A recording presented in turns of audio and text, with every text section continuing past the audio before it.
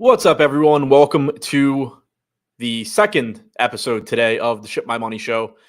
For tonight's main slate, I'm your host, Adam Scherer. You can follow me on Twitter at ShipMyMoney DFS. And we have 9 more games tonight. We had 6 this morning. So every team playing today, I guess, if I added correctly. And we have a nice 9-game slate tonight. Not too much in the way of weather that we need to worry about. There is one game, the Kansas City and Cleveland game, that does have some rain concerns. Right now, it looks okay, but that is one that we'll need to keep an eye on throughout the night. Other than that, everything looks like it should be good.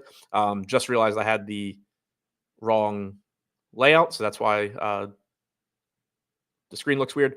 There we go. So everything weather-wise, hopefully will be good tonight. We have that one game we need to worry about. But other than that, doesn't look like we have too much to worry about. Some good pitchers on tonight's slate, some not very good pitchers on tonight's slate. So should be pretty interesting to talk about. As always, give the video a thumbs up, hit the like button, subscribe to the channel, all of that stuff.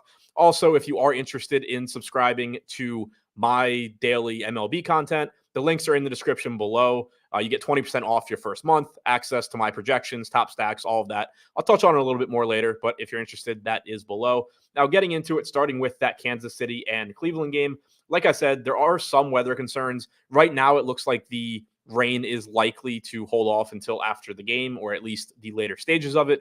But that is something that we're going to have to pay attention to as the day, or as we get closer to lock. But for right now, with the information we have, I would be treating it as if we can go ahead and play this game. Neither pitcher here looks particularly appealing. Brady Singer getting the start for Kansas City. He has been better at getting strikeouts this year than in the past. He is a former first-round pick, I believe. If not, he was a highly regarded prospect and an early pick. I think he was a first-round pick out of Florida. But you have seen an increase in strikeout percentage for him. He's striking out about 25% of hitters this year. The problem is that he's got a very difficult strikeout matchup against Cleveland, and he's not exactly cheap at $9,000. So pretty difficult to get to him. I think he's going under-owned when you compare optimal percentage to ownership, but that's not how you're necessarily building lineups. I don't think he looks like any sort of a great player or anything like that. And then you have Logan Allen, who is expected to follow an opener, it appears. One way or the other at 6,600 in a tough strikeout matchup doesn't look particularly appealing. Getting 2 to 3% ownership. I don't think we really need to worry about the pitching here. I don't really anticipate the offenses looking that good either. If we look at top stacks, neither one is, or Cleveland's not really showing up. KC is, at least as far as mini stacks go. Even 5-mans are showing up for KC. So that's probably driven by Bobby Witt and Salvador Perez as usual.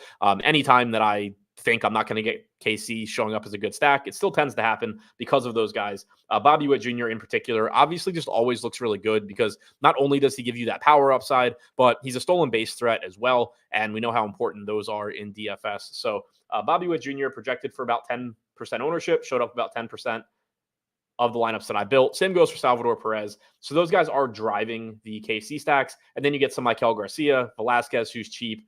Pasquantino looks okay at first base, although he's relatively expensive. So as a stack, KC does look pretty good. But again, it is really driven by these two guys, Perez and Witt. So individually, they are good plays. They're good in mini stacks. They're good in full stacks, however you want to approach it.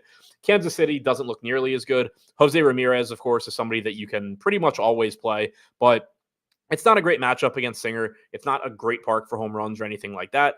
Singer's biggest weakness this year, though, has been left-handed power. 234 expected ISO, 368 expected WOBA allowed to lefties. Obviously, you're only getting Singer for probably 2, maybe 3 at-bats, but those are decent matchups for somebody like Jose Ramirez, who does have power from the left side. Andres Jimenez, same thing, but at 5K, it's just tough to pay that salary. It's tough to pay $6,300 for Ramirez as well. So that's what's holding Cleveland down a little bit, even though there is some power upside in that matchup against Singer. Probably a spot that I'd be more inclined to get to is like one-offs and just hope you get a home run in one of those first couple at bats from one of these guys. Next, we have Tampa Bay taking on Miami in Miami. Favorable park for pitching. Pretty good matchup for Zach Eflin. Not as good a matchup, but not a terrible matchup for Braxton Garrett. Garrett's actually the one showing up a bit more, both for the field and for me. His salary has increased a bit, but he's someone that when he first returned to the Marlins from injury this year was so cheap that this isn't chasing points or chasing production if you want to pay a higher price tag for him. It's simply that he was just wildly underpriced when he first returned to the active roster for the Marlins. He is a pretty decent pitcher. So far this year, a 21% strikeout percentage, 3.37 xFIP. He had success last year as well.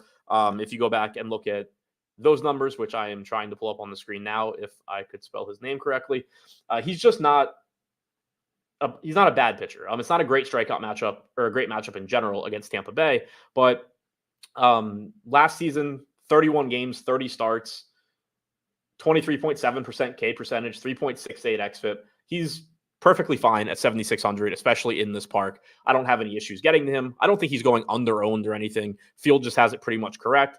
On the other side for Eflin, 7,500, getting 6% ownership seems pretty much where he should be to me. Good matchup, but you do have the issue of pitching for the Rays being limited typically in general. So pretty tough to want to get to too much of him. Recently, 75 pitches last time out, 91 and 94 in the 2 starts before that. He is returning from the injured list, but missed essentially the minimum amount of time. So I don't expect him to be like significantly limited here, but I do expect him to be limited enough that he doesn't look as good as he would if there were no workload concerns, essentially. We do know that Tampa Bay is just generally pretty cautious with Eflin. So I don't expect him to have that real like right end of his distribution from a fantasy standpoint. Offensively, I am a little surprised, or actually more than a little surprised, that Tampa's showing up as well as they are in stacks right now. I don't think it's a great matchup against Garrett. I sort of already mentioned that when I talked about Garrett individually. 154 expected ISO to righty so far this year. He has a lot of 183 expected ISO since last year, but it's still just not a good park for home runs. The pricing here is probably what's driving them up. Isaac Paredes is relatively expensive at 4,800, but other than that, you do have multi-position eligibility on Rosario, who's sub 4K. Rosarena is only 4,100. Caballero is cheap. Brandon Lau remains incredibly inexpensive at 3,300. Now, it is a lefty-lefty matchup against Garrett. Garrett has not allowed any power to lefties since the start of last season, but just from a talent standpoint, Brandon Lau is underpriced. So the pricing is probably why Tampa Bay is getting pushed up a little bit in the lineups that I built. That being said, I would ideally probably not get to as much of them as I am right now. It's just not a lot of redeeming qualities in this spot outside of the pricing. Not a great matchup, not a great park, all of that. On the other side for Miami, I think it's very tough to get there as well. Jazz Chisholm leading off at 5K. You do get the added volatility of Eflin returning from the injured list, but like I said, he wasn't out that long. We know that generally speaking, he's a pretty good pitcher. Even this year, his strikeout percentage is down, only striking out 18% of hitters, but still a 3.75 xFIP, just not somebody that I'm really looking to target against, especially in this park. Dodgers are taking on the Pirates in Pittsburgh. Paul Skeens is going for Pittsburgh. James Paxton is going for the Dodgers. No real ownership coming into Paxton, and I don't think that there should be. He's a shell of his former self at this point. Strikeouts aren't there. Run prevention's not there. Striking out 14% of hitters this year. Walking nearly 13%. And incredibly bad 1.4 K minus BB percentage. 5.39 xFIP. There's not a lot to say about Paxton, especially at a real salary. It's not like he's 5K or anything like that. On the other side, Skeens, obviously a brutal matchup against the Dodgers. This is one of the best offenses in baseball, as was expected coming into the season. They have a 120 WRC plus against right-handed pitching, only a 21.2% strikeout percentage, which ranks 20th. So all of that is working against Skeens, but working in his favor is that he is only $8,800. And he is an exceptional strikeout pitcher. Obviously, he has only made a handful of starts in the major leagues, but he 4 starts total in the majors, 2 against the Cubs, 1 against the Giants, 1 against the Tigers. So not the worst teams, but hasn't faced anyone like the Dodgers. But through those 4 starts, striking out 35.7% of hitters, he's only walked 6%, 2.05 xFIP. But most importantly, just he's expected to be this guy. He is arguably the best pitching prospect like ever, certainly that we've had in a while. And his stuff also grades out incredibly well. He had the best stuff in the minor leagues. It's been exceptional since coming up to the majors. I was looking at some of Nick Pavetta's pitch modeling stuff earlier this afternoon. Pivetta top 5 in pitching plus, top 5 in stuff plus. The only starting pitcher that's had better stuff than Pivetta in those metrics is Paul Skeens through, his first 4 starts. So the pricing here is pretty favorable. I think it really helps to make up for this matchup. Obviously, it's a bad matchup against the Dodgers. It wouldn't shock anybody if Paul Skeens just doesn't pitch well today because the Dodgers are really good. But it's not like you're paying the correct price for Paul Skeens' talent, and then you have to factor in the Dodgers. In most matchups, $8,800 Paul Skeens would just be an absolute no-brainer. You're playing the guy like 60% of the time. So getting him against the Dodgers, you're still, I think, looking at a very good play. Fields at about 26%. He showed up with about a 21% optimal rate in the lineups that I built. So because of the price being cheap, you're getting that discount for the Dodgers. He still looks very good. Now, offensively, I'm interested in both of these offenses, despite it not being a great park. Neither one is showing up a lot in the lineups that I built. If I had my way, like if I had to pick between teams with like a 4.2 total, I think I would prefer Pittsburgh over Tampa. And then, obviously the Dodgers, but they're at a different price point. But yeah, so I wouldn't be upset if I started to get to more of these offenses. It's not a good park, but the reason that I do say that I'm interested in both is in the case of the Dodgers. Obviously, it's the Dodgers. They're really, really good. They're going to be lower owned than they normally are just because such a high percentage of the field is likely to go to Skeens. So that pulls down ownership on them a bit. And then you also get the negative correlation with Skeens. So that would be the reasoning for getting to the Dodgers. That said, I don't think it's going to be very easy to actually pay these prices. You aren't getting any sort of a Paul Skeens discount on these Dodgers bats the way that you're getting a Dodgers discount on Paul Skeens. So you're paying full freight to go up against somebody that has some of the best stuff in Major League Baseball already. So I think it's going to be very difficult to get there. The Pirates are the team that I would think are easier for me to get to. And I'm a little surprised right now that I'm not getting more than I am. It's not that they're a great offense. It's that James Paxton is not good. This is a nice park upgrade for Paxton, getting out of Dodger Stadium, going into PNC. But 182 expected ISO to righties this year. He's not giving up power to lefties, but he's not striking guys out either. And so you're just going to get a pretty inexpensive offense that is going to be putting the ball in play. Obviously, a lot of good things can happen in that case. Also, you do want to keep in mind, again, Paxton probably not going super deep into this game. And if he does, he's pitching well, so it's still not a benefit. But those first couple at-bats for the Pirates are pretty favorable, especially guys like McCutchen, Connor Joe with multi-position eligibility. Olivares batting cleanup looks pretty nice. Okay, Brian Hayes at third base is a pretty nice value. So given the lack of ownership in the pricing, I think that Pittsburgh is kind of interesting here, despite the park. Minnesota taking on the Yankees in Yankee Stadium. So we get to a good park for home runs here. We have Carlos Rodon going for the Yankees. We have Chris Paddack going for Minnesota. No real interest in Paddack. The Yankees don't strike out a lot. They are a phenomenal offense. They're in a good park for hitting. Paddack's not a terrible pitcher. 20% strikeout percentage, 3.96 xFIP, only walking 4.5% of hitters this year. But it's just really tough to make a case for getting to him. Carlos Rodon on the other side looks pretty good to me. I do have him coming in a little bit over-owned here, which is kind of surprising because I think I've actually been higher on him lately than the field in general. I do like changes that Carlos Rodon has made. I think I've pointed them out I know I've pointed them out on several shows recently, but he has started throwing his slider more in place of the cut fastball that he was using earlier in the season. And that's beneficial for two reasons. One, his cut fastball just gets hit harder than his slider. So it, just less expected production against him, but it's also a pitch that gets a lot more swinging strikes, a lot more swing and miss. You expect it to increase his strikeout percentage the more he throws it. So he really started it in the matchup with Milwaukee back at the end of April. And you can see here, actually his most recent start against the Angels, 23% usage was the lowest on that pitch since he made the change.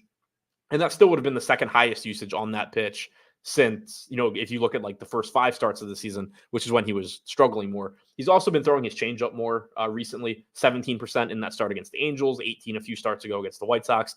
So you've seen him incorporating pitches that get more swings and misses, and it has led to an increase in strikeout percentage.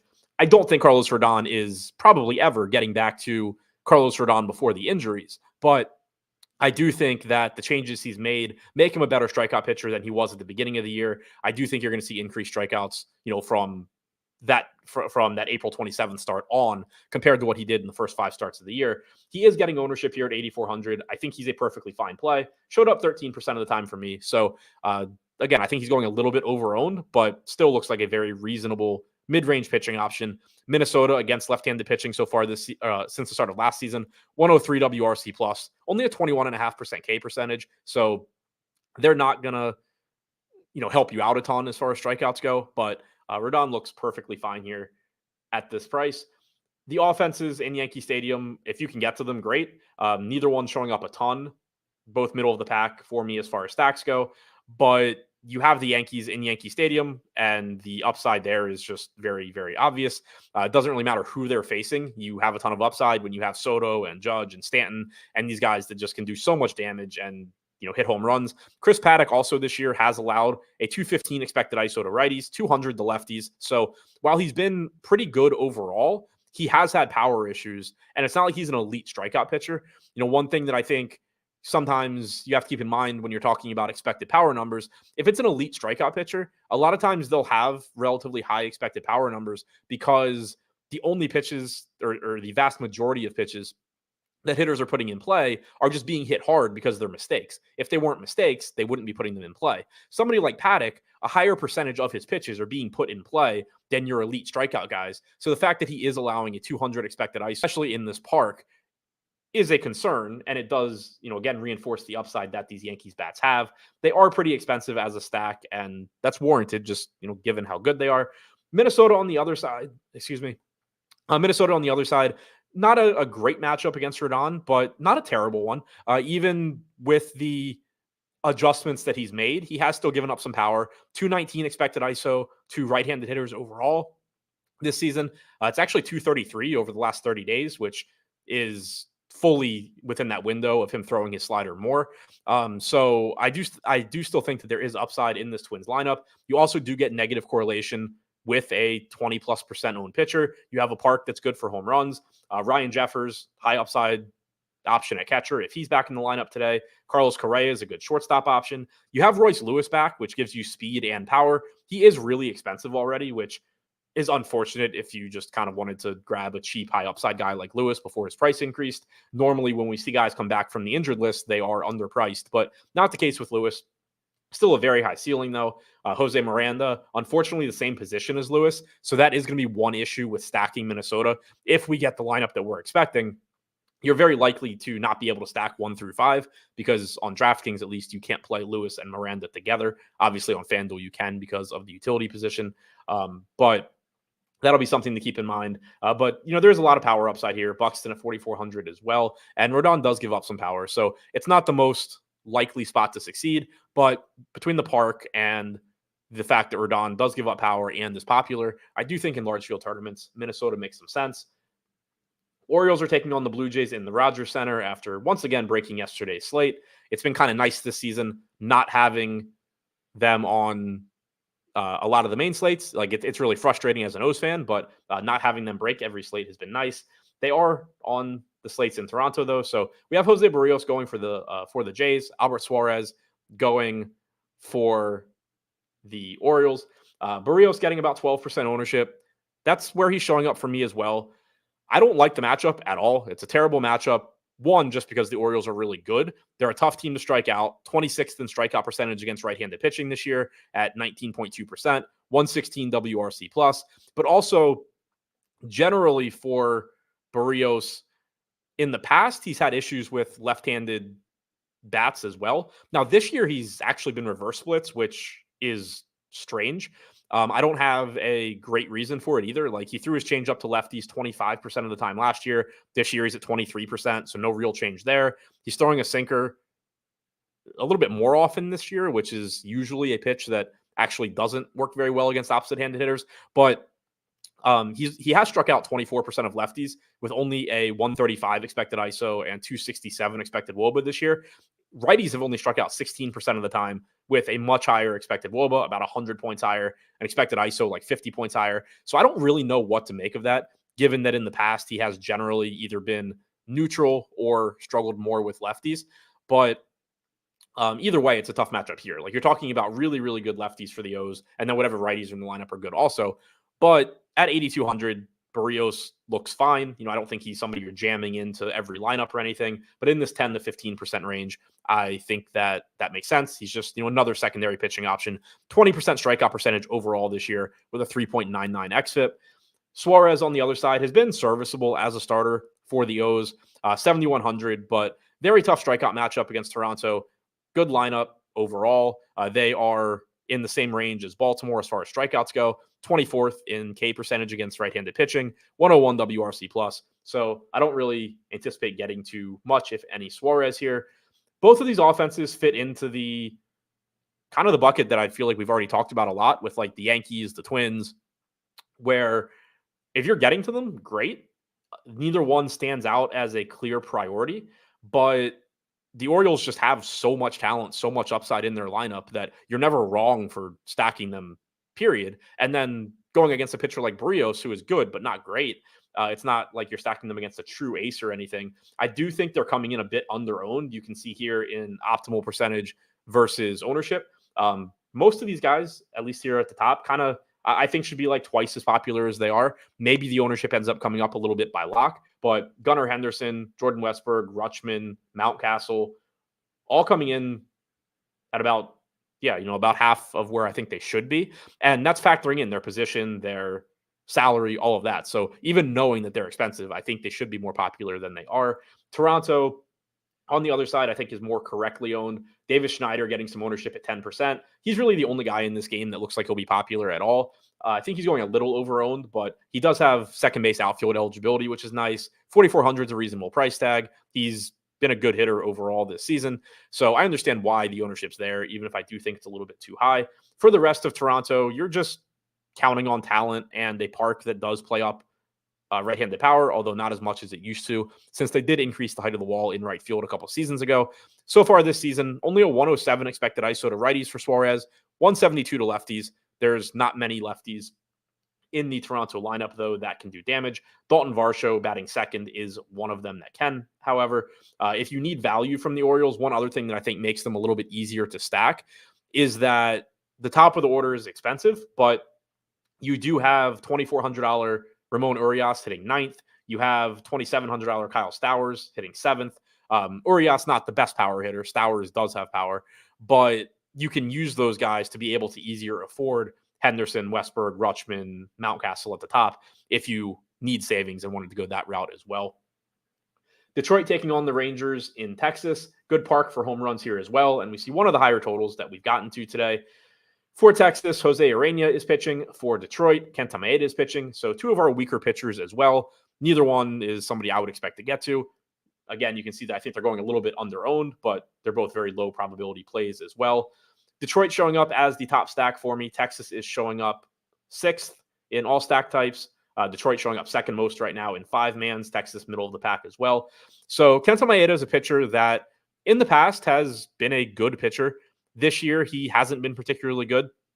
He's dealt with some injuries overall recently. If you go back to last year, even a 219 expected ISO to righties, 152 to lefties. This year, his strikeout percentage is down a lot in a limited sample. He's still giving up a ton of power to righties with a 266 expected ISO. Lefties, he's giving up some power as well, 161 expected ISO. We just have a lot of talent in this Texas lineup. Corey Seager, 5,700, looks good at shortstop. He is actually getting a little bit more ownership than Bobby Witt, which is a little surprising. Witt is a little bit more expensive, though. But, Witt giving you that stolen base upside is really nice. But Seager certainly looks good. Marcus Semien from the right side. Adolis Garcia from the right side. They are expensive, but if you can get to them, it sets up pretty nicely against Maeda. Detroit is going to be the easier team to get to, and this is why they're showing up more as far as stacks go. We don't have their confirmed lineup yet, or at least we didn't when I was running lineups before the show. We just got the Rangers lineup. But for Detroit, Urena is just not a pitcher that misses a lot of bats. He has been okay this year at, limiting runs in general, 4.24 xFIP, 1.18 home runs per nine, but about a 16% strikeout percentage and a lot of cheap bats for Detroit that are just going to be able to put the ball in play. Since the start of last season, a 172 expected ISO to lefties for Urena, 222 to righties. This year, the expected power numbers against righties have been better, but it's a small sample. You're probably going to see them increase going forward. So Depending on what lineup we get from Detroit, Matt Vierling, Ursula, Colt Keith, these guys offer some value. And then obviously Riley Green is just really, really good. Somebody in chat said the Guardians game was postponed. Is that real? Because if it was, I didn't see it. Doesn't matter for the purposes of this show. Yep, it was postponed. So don't play the Royals and Guardians. That also removes the point that I just said about Corey Seager's ownership compared to Bobby Witt. Corey Seager's ownership probably goes up now because you don't have Bobby Witt pulling it. It could actually also have an impact on Gunnar Henderson's ownership, because I do think that's one reason he probably was so low owned, is that you had 10% of the field going to Bobby Witt. You had another 10 to 15 going to Seager. You're starting to run out of the ability to pay up for shortstops. So probably see an increase now on not only Seager's ownership, but on Gunnar Henderson as well. Detroit, though, just looks like a very easy stack to get to, whether it's as mini stacks, whether it's as full 5-man stacks, because they're cheap. They get a nice park upgrade for home runs. They're in a good matchup against Urania. Looks like one of the top stacks on the slate, really regardless of what the lineup is. There's going to be value. There's going to be some power upside. The only expensive guy really you could have in the lineup is Riley Green, and it's warranted because he is very, very good. Now, before we get into the last 3 games on the slate, just to double back to what I mentioned at the top of the show, if you are interested in subscribing to my MLB DFS content, you can do so using the link in the description below. Get access to my hitter projections, pitcher projections, top stacks, optimal percentages, all of that. And my goal with the data that I provide is, it doesn't make sense for a lot of people, because of the volume, the stakes that they play, to be subscribing and paying, hundreds of dollars a month for Sims and all of that. Like, yes, they make you better, but it's going to be really hard for you to profit at lower stakes if you're putting out that kind of money. So $25 a month, 20% off if you use the link in the description below. You get access to the data that's going to at least point you in the right direction where Sims would likely point you, help you make some more informed decisions with your lineups on who's going over-owned, under-owned, who's the most likely to succeed, all of that stuff. So check out the link in the description below if you're interested in that. You also get access to my Discord, where I hang out throughout the day talking about the slate and all of that stuff. So check that out if you're interested. Now, moving on to the White Sox and the Chicago Cubs. In Chicago, this game had some weather issues yesterday, but looks like it should be okay today. Wind blowing out to right field at about 10 miles per hour, so nothing too crazy as far as the wind goes by Wrigley standards, at least. The Cubs do have a high implied run total here, going up against Eric Fetty. Jameson Taillon on the mound for the Cubs. Now, this is a pitcher in Fetty that I think is just underprojected by most industry sources, and as a result, the Cubs are probably also overprojected. That's not to say the Cubs aren't a good stack, a high upside stack, but Eric Fetty is a pitcher that spent time in the Nat system, never really amounted to much, went overseas and pitched, and then he's come back this season and just been a much better pitcher than he ever had been. 22.8% K percentage is solid, 7.5% walk percentage, nothing wrong with that. 3.68 xFIP, 3.77 FIP, 3.78 Scherer. It doesn't really matter what metric you want to look at. He's just pretty good. And I think that it's, still not quite being accounted for. So I do think he's going under-owned here. At 8,100, I still don't think he's, like a slam dunk play or anything like that. It's still not an easy matchup against the Cubs, but you can see here, I think I have him being optimal about 12% of the time, Fields at 3%. He's certainly somebody where, if you have a lineup where maybe you need a pitcher in that price range and you don't want to play Jose Barrios for whatever reason, Eric Fetty is a perfectly fine pivot. I have him being optimal basically at the same rate as Barrios, but at a quarter of the ownership. Jameson Taillon getting 10% ownership. I have him in about 10% of my lineups as well. The lineups I built before the show. Good matchup against the White Sox. That lineup is better now than it has been for most of the season because Luis Robert is back and he is actually a very good hitter. But Jameson Taillon at 7,800 in this spot just looks fine. He is another example, though, of somebody that is just getting way more ownership than Fetty when I think he's about the same play. Like, I actually think Fetty's a little bit better in terms of optimal percentage. He is also $300 more. I think both of these pitchers are very comparable as far as where they should be owned. Offensively, the White Sox are actually showing up more for me than the Cubs, probably in part because of how I project Fetty compared to other places. I think that the upside for the Cubs is still certainly there. Like, Christopher Morel has a lot of power. He's 4,200. Third base isn't the strongest position. Suzuki, Bellinger, Swanson is underpriced at 3,500 still. So I get why the Cubs are getting some ownership. It's not that I think they're terrible plays. It's just that I do think they're going a little bit over projected by the industry in general, given just how solid Eric Fedde has been this season. So 153 expected ISO to lefties for Fedde, 147 to righties, 288 expected WOBA allowed to righties, 306 to lefties. To me, this is a spot where the Cubs are facing a good but not great pitcher, and most of the industry is projecting them as if they're facing a bad pitcher. So that's sort of the gap here for me as far as optimal percentage versus ownership. I think the Cubs are going quite a bit overowned.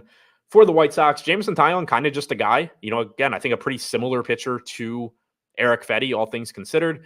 His strikeout percentage this year is quite a bit lower at 15.5%, 4.47 xFIP. Like, he's been worse across the board than Fedde this season, but you do have the track record of Taillon being a decent pitcher in the past. But you do have cheap pricing on the White Sox. You do have some ownership coming into Fedde. Luis Robert, in particular, is driving up the White Sox for me, along with Gavin Sheets. I like Sheets, batting cleanup, 3,500, first base outfield. Jameson Taillon has struggled with left-handed power for years. This year has not been any different. 229 expected ISO to lefties, basically no power allowed to righties. If you go back to last season, 259 to lefties, 128 to righties. So Gavin Sheets is the one that really sticks out to me here, batting cleanup. And then Luis Robert, just based on his talent level, I think the field's pretty much got it correct. 9% projected ownership, showed up 8% for me. So the White Sox, from a value standpoint, and also just really liking Gavin Sheets and thinking Robert looks pretty good as well. A pretty useful stack. Probably a team I'd like to use more as mini stacks, like get to, I don't know, the expensive Orioles that we talked about, and then mix in Gavin Sheets and like Nicky Lopez or something. Nicky Lopez, doesn't give you a ton of upside because he's not a power hitter, but he can steal some bases. He is hitting second. You have a cheap leadoff hitter in Corey Julks as well. So I think the White Sox probably just blend into lineups pretty nicely from a value standpoint. San Diego is taking on the Angels in Angel Stadium, another good hitters park here. Dylan Cease and Jose Soriano pitching in this one. So one great pitcher, one pretty good pitcher. Cease coming in at 9,800, projected to be the highest owned pitcher on the slate. I think that he should be. I think he's going a little bit over-owned. You can see here, 42% projected ownership. He showed up as optimal 32% of the time for me, but that's still the highest optimal percentage for a pitcher on this slate. He is an elite starting pitcher. There's no real way around it. 3.25 xFIP, 30.9% K percentage. The Angels lineup is worse against right-handed pitching. Middle of the pack as far as strikeout percentage goes this year, 88 WRC plus. Obviously not having Mike Trout in there pulls that down quite a bit. The park isn't good. It's a negative park shift for Cease, but outside of that, no real reason not to like Dylan Cease. Soriano on the other side has been solid this year, striking out 22% of hitters, 3.85 xFIP. He is walking too many guys with a 10% strikeout percentage. The problem here is the matchup. The salary itself is fine, and that's why you're seeing around 6% ownership and around a 6% optimal percentage. But the Padres are the most difficult team to strike out. They're tied with Cleveland for the lowest strikeout percentage against right-handed pitching this year at 17.1%. They have a 126 WRC plus against right-handed pitching as well. So you're just looking at a team that's very difficult to strike out. They hit really well. They're getting a positive park shift here. It's really, really tough to want to put a lot of money into Soriano here, given the matchup. I don't mind getting to the Padres whatsoever. They are pretty fairly priced given the positive park shift. This is a team that is generally priced to be playing in one of the most difficult parks to hit home runs in Petco. So moving them into Anaheim and not really seeing a change in pricing, they're just naturally underpriced because they have more upside in this park because it's easier to hit home runs there. So it doesn't even really have to do with the matchup against Soriano as much as it does the fact that if you move guys from Petco Park into Anaheim, their salaries should go up. Either they were way overpriced in Petco, which I don't think the Padres are given their talent, or their salary should just go up because it's easier to hit home runs here, and we know how important home runs are in DFS. So even ignoring Soriano doesn't give up a ton of power, 150 expected ISO to both 150 to 160 expected ISO to both lefties and righties this year. It has nothing to do with the matchup. It's just that the Padres are too good for these prices in this park.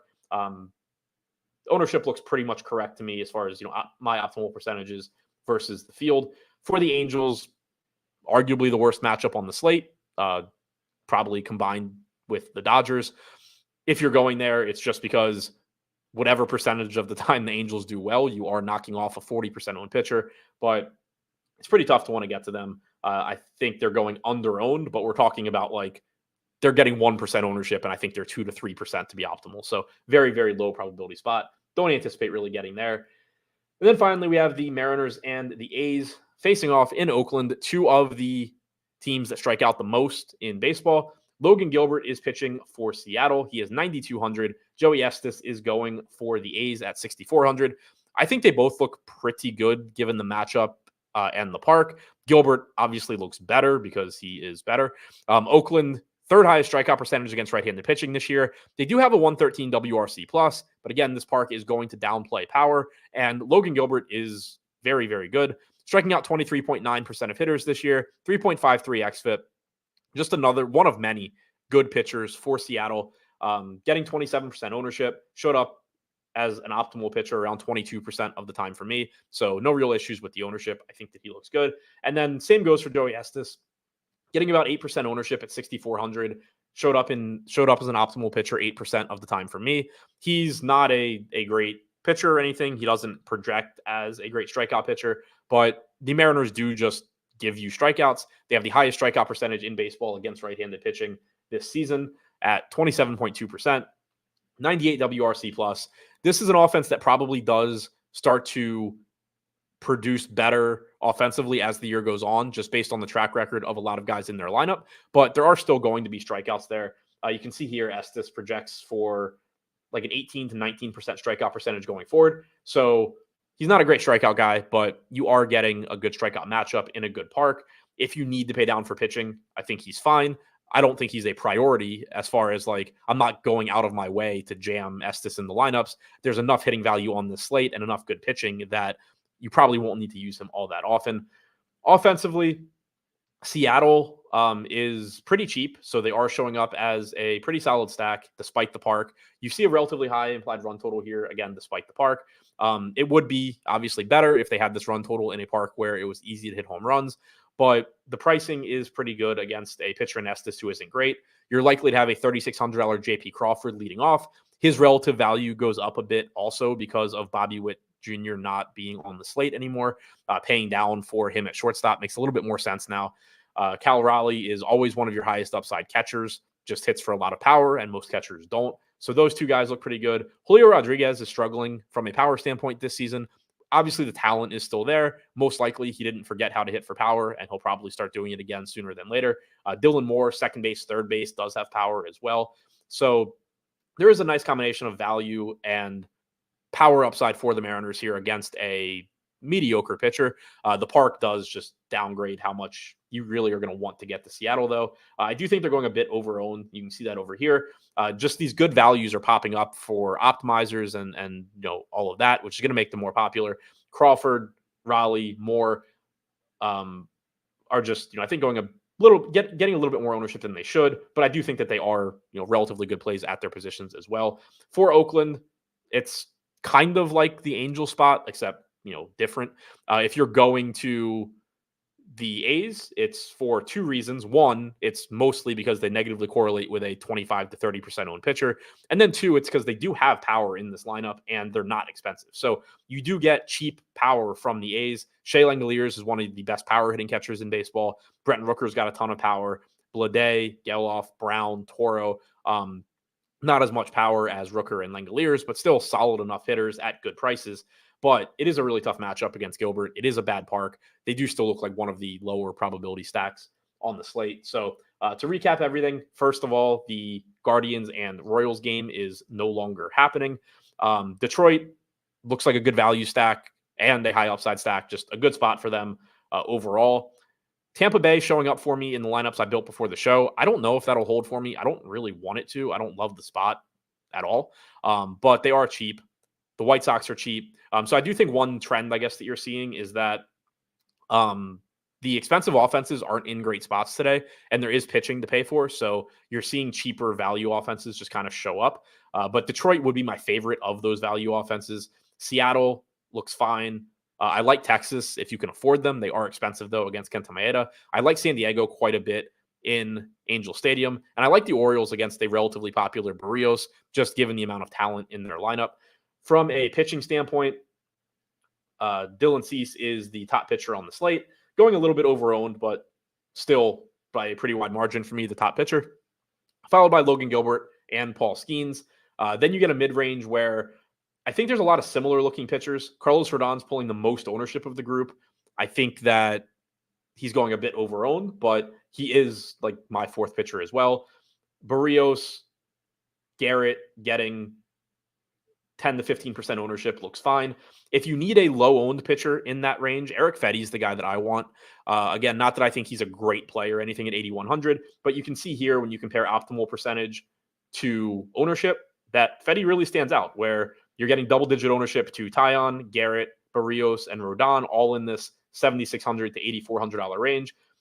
And then Fetty's only getting 3%, whereas I think he's optimal in basically the same percentage of the time as those other guys. So I think that if you do need a contrarian pitcher, Fetty's the one that I go to. For a home run pick, I had one earlier and I forgot who I wanted. But I will go with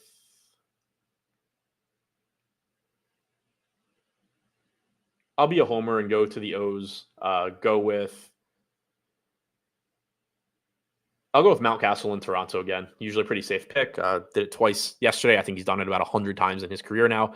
Barrios has given up more power to righties this year, as I mentioned. So I will go Ryan Mountcastle for the home run pick. That's all I have for you today. Thank you for checking out the show. Don't forget to sign up using the links in the description below if you want access to my optimal percentages, top stacks, projections, all of that.